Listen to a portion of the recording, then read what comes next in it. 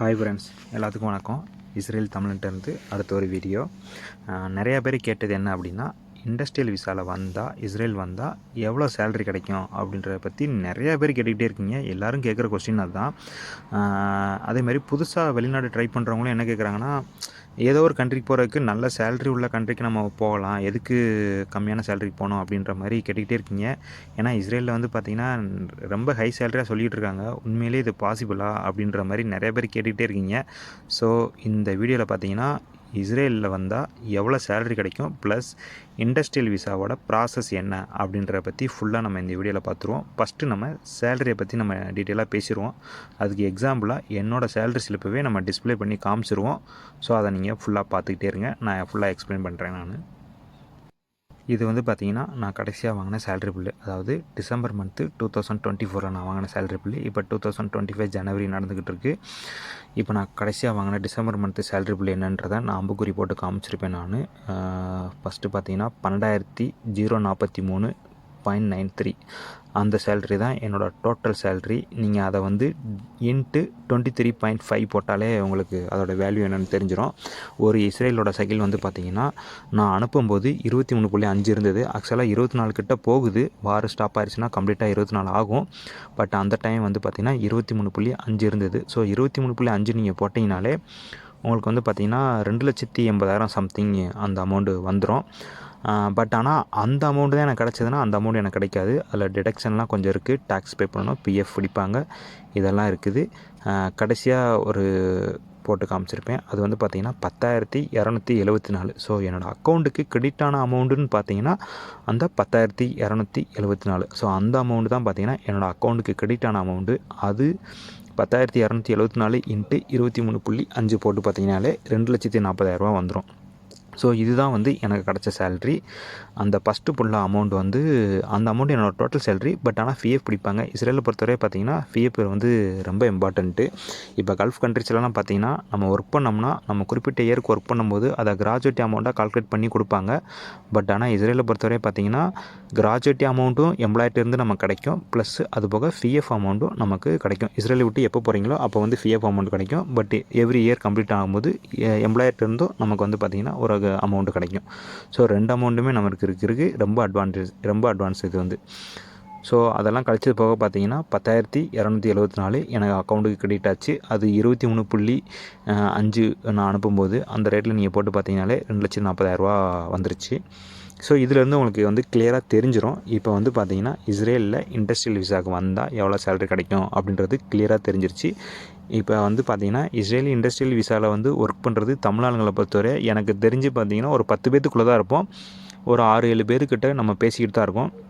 நாங்கள்லாம் ஒரே குரூப்பில் தான் இருக்கோம். அப்போ எல்லாருமே பார்த்திங்கன்னா இதே சேலரி தான் வாங்குகிறாங்க. இதுக்கு அதிகமாகவும் வாங்கலை, இதுக்கு கம்மியாகவும் வாங்கலை. ஸோ இதே சேலரி தான். வேறு கம்பெனியில் ஒர்க் பண்ணாலுமே இதே சேலரியை தான் அவங்களுமே வாங்கிக்கிட்டு இருக்காங்க. ஸோ அவங்ககிட்ட நான் ரெகுலராக பேசிக்கிட்டு தான் இருக்கேன். பட் ஆனால் இது நான் சொல்கிறது என்னென்னு பார்த்தீங்கன்னா இண்டஸ்ட்ரியல் விசாவில் வந்து இண்டஸ்ட்ரியில் ஒர்க் பண்ணுறவங்களுக்கு மட்டும்தான். இதே இது பார்த்திங்கன்னா கேர் கிவரில் ஒர்க் பண்ணிக்கிட்டு இருக்காங்க, கன்ஸ்ட்ரக்ஷனில் ஒர்க் பண்ணிக்கிட்டு இருக்காங்க, அக்ரிகல்ச்சரில் ஒர்க் பண்ணிக்கிட்டு இருக்காங்க, அவங்கெல்லாம் இந்த சேலரி வாங்க முடியாது. இதோட ரொம்ப கம்மியாக தான் வாங்கிட்டு இருக்காங்க. நான் சொல்கிறது இண்டஸ்ட்ரியல் விசாவில் வந்தவங்களுக்கு மட்டும்தான் இந்த சேலரி அப்படின்றத நான் கிளியராக சொல்லிடுறேன் நான். ஸோ அதுக்கு முன்னாடி பார்த்திங்கன்னா நம்ம இண்டஸ்ட்ரியல் விசாவோட ப்ராசஸ் எப்படி இருக்கும் அப்படின்றத பற்றி நம்ம கிளியராக பார்த்துருவோம். பட் இது பார்க்குறதுக்கு முன்னாடி ஒரு சில ஸ்டோரியெல்லாம் சொல்ல வேண்டியது இருக்குது. ஸோ அதெல்லாம் நம்ம தெளிவாக சொல்லிடுறேன் நான் இந்த வீடியோவில். கொஞ்சம் லாங்காக தான் இருக்கும், பட் எப்படியோ பார்த்துருங்க. என்ன அப்படின்னா நிறைய பேர் கேட்குறது என்ன அப்படின்னா, நாங்கள் ஏன் இஸ்ரேல் வரணும், அங்கே வந்து வார் நடக்குது, குண்டு போடுறாங்க அப்படி இப்படின்னு சொல்லிட்டு நிறையா சொல்லிக்கிட்டே இருக்காங்க. பட் இந்த சேலரி ஸ்லிப்பு வந்து ஹை சேலரி தான். பட் ஆனால் இதை வச்சுட்டு வந்துட்டு யாரையும் நம்ம வந்து இஸ்ரேல் வாங்க அப்படின்ற மாதிரி யாரையும் நம்ம ரெக்கமெண்ட் பண்ணுறது கிடையாது. அது வந்து அவங்கவுங்களோட தனிப்பட்ட விருப்பம். ஸோ நீங்கள் வந்து இஸ்ரேல் தான் வந்து சம்பாதிக்கணும் அப்படின்னு அவசியம் இல்லை. நீங்கள் வந்து எங்கே இருந்தாலும் நீங்கள் சம்பாதிக்கலாம் அப்படின்றத நான் தெளிவாக சொல்லிடுறேன். நான் இஸ்ரேலை வந்து யாரையும் நான் ரெக்கமெண்ட் பண்ணல, நீங்கள் இஸ்ரேல் தான் வரணும் அப்படின்றதெல்லாம் நான் யாரையும் சொல்லலை. பட் இதோட எக்ஸாம்பிள் என்ன அப்படின்றத நான் சொல்லிடுறேன். ஏன்னா நிறைய பேர் வந்து இஸ்ரேல் வந்தால் சேஃப்டி இருக்குமா அப்படின்ற மாதிரி நிறைய பேர் கேட்டுகிட்டே இருக்கீங்க. அதுக்கு வந்து எக்ஸாம்பிள் என்னோடய பர்சனல் லைஃப்பில் நடந்தது என்னன்றதை நான் சின்னதாக சொல்லிடுறேன்.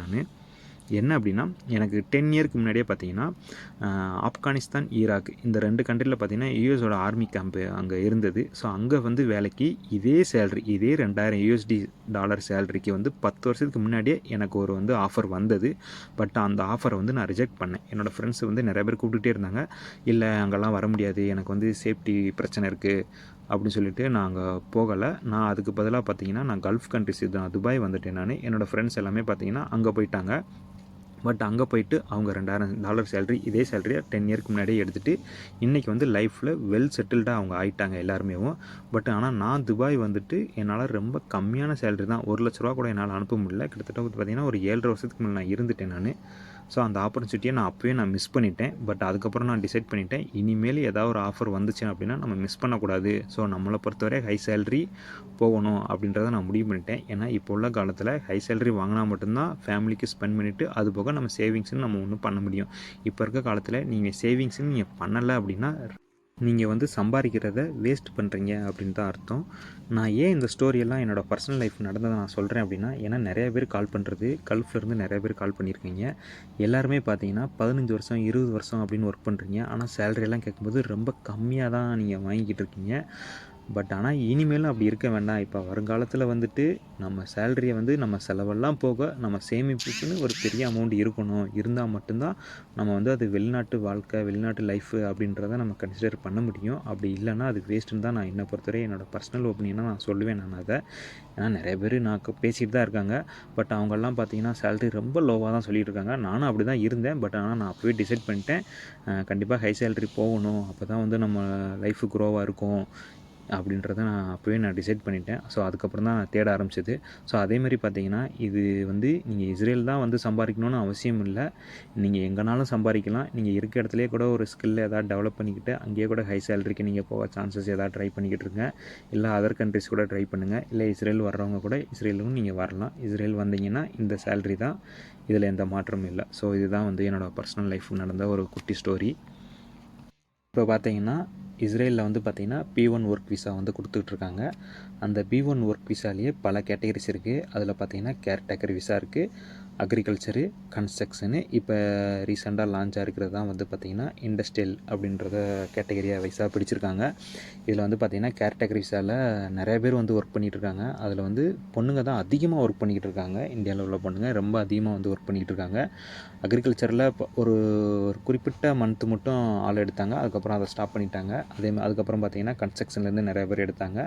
அந்த ப்ராசஸ் நிறைய பேத்துக்கு கம்ப்ளீட்டாக இருக்குது, பாதி பேத்துக்கு ப்ராசஸிங்லேயே இருக்குது. இப்போதைக்கு ரீசெண்டாக அதுக்குண்டான அப்டேட் எதுவுமே நம்ம கிடைக்கல. இப்போதைக்கு இன்டர்வியூ இல்லை அப்படின்றத தெளிவாக சொல்லிட்டாங்க. இப்போ இண்டஸ்ட்ரியல் விசா மட்டும்தான் போய்கிட்டு இருக்குது. ஸோ அது மட்டும்தான் நம்மளும் பண்ணிக்கிட்டு இருக்கோம். இப்போ இது வந்து பார்த்திங்கன்னா நிறைய பேர் கேட்குறது என்ன அப்படின்னா, கன்ஸ்ட்ரக்ஷன் விசாவில் உள்ளவங்க வந்து இண்டஸ்ட்ரியல், என்னோடய கம்பெனிக்கு நிறைய பேர் வந்து லோக்கலில் உள்ளவங்களே நிறைய பேர் என்னோடய கம்பெனிக்கு நான் கேட்டுக்கிட்டே இருந்தீங்க. அது என்ன அப்படின்னா, நானுமே பார்த்திங்கன்னா கம்பெனியில் நான் பேசிட்டேன். அவங்க என்ன சொல்கிறாங்க அப்படின்னா, இண்டஸ்ட்ரியல் விசா வச்சுருக்கவங்களுக்கு பிரச்சனை இல்லை, வர சொல்லுங்கள், நாங்கள் எடுத்துக்கிறோம் அப்படின்ற மாதிரி சொல்லியிருந்தாங்க. பட் ஆனால் இந்த கன்ஸ்ட்ரக்ஷனில் உள்ளவங்க வந்து இண்டஸ்ட்ரியலில் வந்து ஒர்க் பண்ணவும் முடியாது. இண்டஸ்ட்ரியல் விசா வச்சுருக்கவங்க கன்ஸ்ட்ரக்ஷன்லாம் போய் ஒர்க் பண்ண முடியாது. ஸோ அதுக்கு தான் வந்து செக்டர் வைஸாக பிடிச்சிருக்காங்க. உங்கள் விசாலேயே பார்த்தீங்கன்னா அது மென்ஷன் ஆயிருக்கும். இப்போ என்னோடய விசாலேயே பார்த்தீங்கன்னா permit to validity only industrial அப்படின்னு மட்டும்தான் பெர்மிட் ஆயிருக்கும். ஸோ அப்படின்றப்ப நான் வந்து இண்டஸ்ட்ரியலில் மட்டும்தான் ஒர்க் பண்ண முடியும். நான் போய் கன்ஸ்ட்ரக்ஷன்லேயோ இல்லை ஒரு சூப்பர் மார்க்கெட்லேயோ ரெஸ்டாரண்ட்லேயோ போய்ட்டு ஒர்க் பண்ண முடியாது. ஸோ அதுதான் அதோட மென்ஷன். ஓகேங்களா? ஃபஸ்ட்டு பார்த்தீங்கன்னா உங்களுக்கு வந்து இஸ்ரேலில் உள்ள ஒரு கம்பெனியில் உங்களுக்கு வந்து இன்டர்வியூ ஃபஸ்ட்டு நடக்கும். ஸோ இன்டர்வியூவில் நீங்கள் செலக்ட் ஆவீங்க. அதுக்கப்புறம் உங்களுக்கு ஆஃபர் லெட்டர் கிடைக்கும். அதுக்கப்புறம் பார்த்தீங்கன்னா ஒர்க் பெர்மிட் கிடைக்கும். அதுக்கப்புறம் இன்விடேஷன் லெட்ரு ப்ளஸ் அதுக்கப்புறம் கான்ட்ராக்ட் பேப்பர். ஸோ இதெல்லாம் வந்து பார்த்திங்கன்னா ரொம்ப இம்பார்ட்டண்டான ஒரு பேப்பரு. ஸோ இதெல்லாம் ஃபஸ்ட்டு ரெடி பண்ணணும். அதுக்கப்புறம் பார்த்திங்கன்னா உங்களுக்கு வந்து ஊரில் இருக்க நார்மலாக உங்கள்கிட்ட இருக்க டாக்குமெண்ட்ஸு ப்ளஸ் அது போக பார்த்திங்கன்னா 2 எக்ஸ்ட்ரா டாக்குமெண்ட் வேணும். ஒன்று பார்த்திங்கன்னா PCC, அது நிறைய பேர் வாங்க தெரியும் எப்படி வாங்கணுன்ட்டு. அதுக்கப்புறம் பார்த்திங்கன்னா அஃபிடவிட்டி எப்படி வாங்கணும், என்ன பண்ணணும் அப்படின்ற ஃபார்மெட்லாம் நம்ம சொல்லிடுவோம். ஸோ அதுபடி நீங்கள் ரெடி பண்ணிடணும், அவ்வளோதான். ஸோ இதெல்லாம் இருந்துச்சு அப்படின்னா நம்ம வந்து விசாக்கு அப்ளை பண்ணி நம்ம விசா வாங்குறது. ஸோ இதுதான் வந்து இண்டஸ்ட்ரியல் விசாக்கு வர்றதுக்கு ஒரு சிம்பிள் ப்ரொசீஜர் தான். ரொம்ப பெரிய இதெல்லாம் ஒன்றுமே கிடையாது. உங்களோட இது என்ன அப்படின்னா, உங்களுக்கு ஒரு கம்பெனியில் இன்டர்வியூ நாங்கள் ரெடி பண்ணி கொடுப்போம். ஸோ அந்த ரெடி பண்ணி கொடுக்குறதுல நீங்கள் வந்து பாஸ் பண்ணணும். அது மட்டும்தான் உங்களோட சைடு இருக்கும். மற்ற ப்ராசஸ் A to Z எல்லாமே வந்து பார்த்திங்கன்னா நாங்கள் பண்ணி கொடுத்துருவோம். ஸோ நீங்கள் இன்டர்வியூ பாஸ் பண்ணுறது தான். இன்டர்வியூ வந்து உங்களோட இதுக்கு அப்படின்லாம் கிடையாது. என்னென்னா ஜென்ரல் கேட்டகரிக்கு மட்டும்தான். அப்படின்றப்ப பேசிக் இங்கிலீஷ் தெரிஞ்சாலே போதும். அவங்க கேட்குறதுக்கு நீங்கள் ஆன்சர் பண்ணணும். அவ்வளோதான் அந்த இன்டர்வியூவில் இருக்கும். மற்றபடி பர்டிகுலராக எதுவும் கேட்க மாட்டாங்க. அந்த மாதிரி கேட்குறவங்க பெரிய பெரிய இப்போ சிவில் இன்ஜினியருக்கு இன்டர்வியூ நடக்கும். அதெல்லாம் பார்த்தீங்கன்னா ஒரு 1.5 hour கிட்ட இன்டர்வியூ நடக்கும். ரொம்ப டீட்டெயிலாக கேட்பாங்க. பட் இண்டஸ்ட்ரியல் ஒர்க்கு வந்து லேபர் கேட்டகரி ஒர்க்கு தான். ஸோ அதனால் பெரிய இன்டர்வியூலாம் இருக்காது. சும்மா பேசிக் திங்ஸு கேட்பாங்க. நீங்கள் எந்தளவு ஆட்டிடியூடாக இருக்கீங்க, உங்களை ஃபேஸில் மெயினாக வந்து அவங்க நேராக ஃபேஸ் டு ஃபேஸ் பார்க்கணும் அப்படின்றத விரும்புவாங்க. ஸோ அதை வந்து பார்ப்பாங்க. அப்புறம் வந்து எந்தளவு இங்கிலீஷ் நாலேஜ் இருக்குது, சொன்னால் புரிகிற அளவுக்கு இருக்கா அப்படின்றத பார்ப்பாங்க. அவ்வளோதான். மற்றபடி வேறு பெருசாலாம் இருக்காது. அதுவும் ஒரு சில கம்பெனியில் பார்த்திங்கன்னா இன்டர்வியூ இல்லாமல் அவங்க வந்து work permit, contract paper, agreement இதெல்லாம் கொடுத்துருவாங்க. ஒரு சில கம்பெனியில் வந்து இன்டர்வியூ பண்ணுவாங்க. அதுக்கப்புறம் பார்த்திங்கன்னா நிறையா பேர் இன்னொன்று என்ன கேட்குறீங்கன்னா, ஒரு சில ஏஜெண்ட் வந்து சொல்கிறாங்க இந்த மாதிரிலாம் ஜாப் அவைலபிலிட்டி இருக்குதுன்னு சொல்கிறாங்க, இதுக்கு அப்ளை பண்ணவா அப்படின்னு சொல்லி கேட்குறீங்க. சரி, அவங்களோட அட்வர்டைஸ் என்ன அப்படின்றத எனக்கு அனுப்புங்க, நான் பார்த்து சொல்கிறேன் அப்படின்ற மாதிரி நான் கேட்டிருந்தேன். அவங்க அனுப்புனதை பார்த்தா எனக்கே ரொம்ப ஷாக்கிங்காக இருந்தது. அதில் என்னெல்லாம் போட்டிருக்காங்க அப்படின்னா, அந்த ladies, gents plus couples, sister brother இந்த மாதிரிலாம் வந்து அப்ளை பண்ணலாம் அப்படின்ற மாதிரிலாம் போட்டிருந்தாங்க. அது பார்த்தீங்கன்னா 100% ஃபுல்லாக ஃபேக்கு தான். அது ஒரிஜினலாகவே இருக்காது. அப்படி பண்ணவே முடியாது, வாய்ப்பே கிடையாது. இஸ்ரேலுக்கு இதுவரை கப்புள்ஸாக யாரும் வந்ததே கிடையாது. சிஸ்டர் பிரதர் அப்படியெல்லாம் வரவே முடியாது. ஒரு ஃபேமிலியிலேருந்து ஒரு ஆள் தான் வர முடியும். பட் இதில் என்ன பண்ணலாம் அப்படின்னா, கப்புள்ஸாக வர்றதுக்கு ஃபஸ்ட்டு வந்து உங்கள் வீட்டிலேருந்து யாராவது ஒரு ஆள் தான் ஃபஸ்ட்டு வர முடியும். 2 பேரும் வந்து ஒன்றா வர முடியாது. இஸ்ரேலில் அந்த மாதிரி ரூல்ஸ் இருக்குது. ஸோ ஃபேமிலியிலேருந்து ஃபஸ்ட்டு இப்போ நீங்கள் வர்றீங்க அப்படின்னா, திரும்ப உங்கள் ஒய்ஃபை நீங்கள் வர வைக்கணும்னா அதுக்கு வழிகள் இருக்குது. ஆனால் அதுக்கு வந்து நிறையா வேலைப்பாடுகள் பண்ணணும். பண்ணதுக்கப்புறம் தான் கொண்டு வர முடியுமே தவிர 2 பேரும் சேர்ந்த மாணிக்க ஒரே கம்பெனியில் ஒர்க் பண்ணுற மாதிரி அப்படிலாம் வரவே முடியாது. அதுக்கு பாசிபிலிட்டே கிடையாது. இப்போ நான் சொல்கிறது நீங்கள் நம்பலைன்னா நீங்களே வந்து பார்த்தீங்கன்னா எம்பசியில் கால் பண்ணி கேட்டுக்கலாம். நீங்கள் டீட்டெயில் கேட்டுக்கலாம். இந்த மாதிரி கப்புள்ஸுக்கு வந்து ஜாப் அவைலபிலிட்டி இருக்குன்னு சொல்கிறாங்க, விசா கிடைக்குமா அப்படின்றத நீங்கள் கேட்டால் எம்பசிலேயே அவங்களே கிளியராக உங்களுக்கு எக்ஸ்பிளைன் பண்ணிடுவாங்க. ஸோ அப்படின்றப்ப இது முழுக்க ஃபேக்குன்னு தான் நான் சொல்வேன் நான். அதேமாதிரி ஒவ்வொரு சில ஏஜெண்ட்டை நீங்கள் ஃபைண்ட் அவுட் பண்ணி நீங்கள் அப்ளை பண்ணுறீங்கன்னா, நீங்கள் அதை வந்து நம்ம வந்து சொல்ல முடியாது இந்த ஏஜெண்ட் வந்து நல்லவரா கெட்டவரான்ட்டு. அதேமாதிரி என்கிட்ட வந்து நிறையா ஏதாவது கரெக்டான ஏஜெண்ட்டு சொல்லுங்கள், ரெக்கமெண்ட் பண்ணுங்கள் அப்படின்ற மாதிரி நிறைய பேர் கேட்குறீங்க. அதையுமே நம்ம பண்ண முடியாது. ஏன்னா அந்த மாதிரி பண்ணுறப்ப இன்றைக்கி வந்து உங்களுக்கு ஓகேவாக இருக்கும். பட் நாளைக்கு ஏதாவது ஒரு பிரச்சனை வர்றப்ப நீங்கள் என்கிட்ட தான் வருவீங்க. அப்படின்றப்ப நான் அதை டோட்டலாகவே அவாய்ட் பண்ணிட்டேன். நம்ம யாரையும் ரெக்கமெண்ட் பண்ணுறது கிடையாது. நீங்களாம் நல்ல ஏஜென்சியாக ஃபைண்ட் அவுட் பண்ணிக்கோங்க, உங்களுக்கு யார் பெட்டராக இருக்கா அப்படின்னு சொல்லிட்டு. அதேமாதிரி நம்ம பண்ணுறதுலேயே நிறைய பேர் நீங்கள் யார் என்னென்னு தெரியாமல் பேமெண்ட் பண்ணுறதுக்கு நிறைய பேர் யோசித்தீங்க. அதுக்கு வந்து பார்த்திங்கன்னா நம்ம ஊரில் வந்து ஒரு ஆளை செட் பண்ணியிருக்கோம். ஸோ அவர் மூலிமா பேமெண்ட் டீட்டெயில்ஸ் எல்லாமே பார்த்தீங்கன்னா அவர் மூலிமா பண்ணுற மாதிரி இருக்கும். என்கிட்ட வந்து ப்ராசஸ் ஃபுல்லாக நடக்கும். நீங்கள் அவர்கிட்ட பேமெண்ட் கொடுக்கும்போது பேமெண்ட் கொடுத்ததுக்குண்டான ஒரு அக்ரிமெண்ட் காப்பி வந்து போட்டு கொடுத்துருவார். ஸோ இப்படி தான் வந்து நம்ம பண்ணிக்கிட்டு இருக்கோம். அதேமாதிரி பார்த்தீங்கன்னா நம்ம பண்ணுற சர்வீஸில் நிறைய பேர் என்ன சொல்லியிருந்தீங்கன்னா, அப்புறம் இனிஷியல் அமௌண்ட்டு வந்து ரொம்ப அதிகமாக இருக்குது, அதை கம்மி பண்ணுங்கள் அப்படின்னு சொல்லி நிறைய பேர் ரிக்வஸ்ட் பண்ணியிருந்தீங்க. ஸோ நம்ம என்ன பண்ணியிருக்கோம் அப்படின்னா, ஒரு சில ஆப்ஷன்ஸை நம்ம யூஸ் பண்ணி அந்த இனிஷியல் பேமெண்ட்ன்றதை நம்ம டோட்டலாகவே கொஞ்சம் ரெடியூஸ் பண்ணியிருக்கோம்.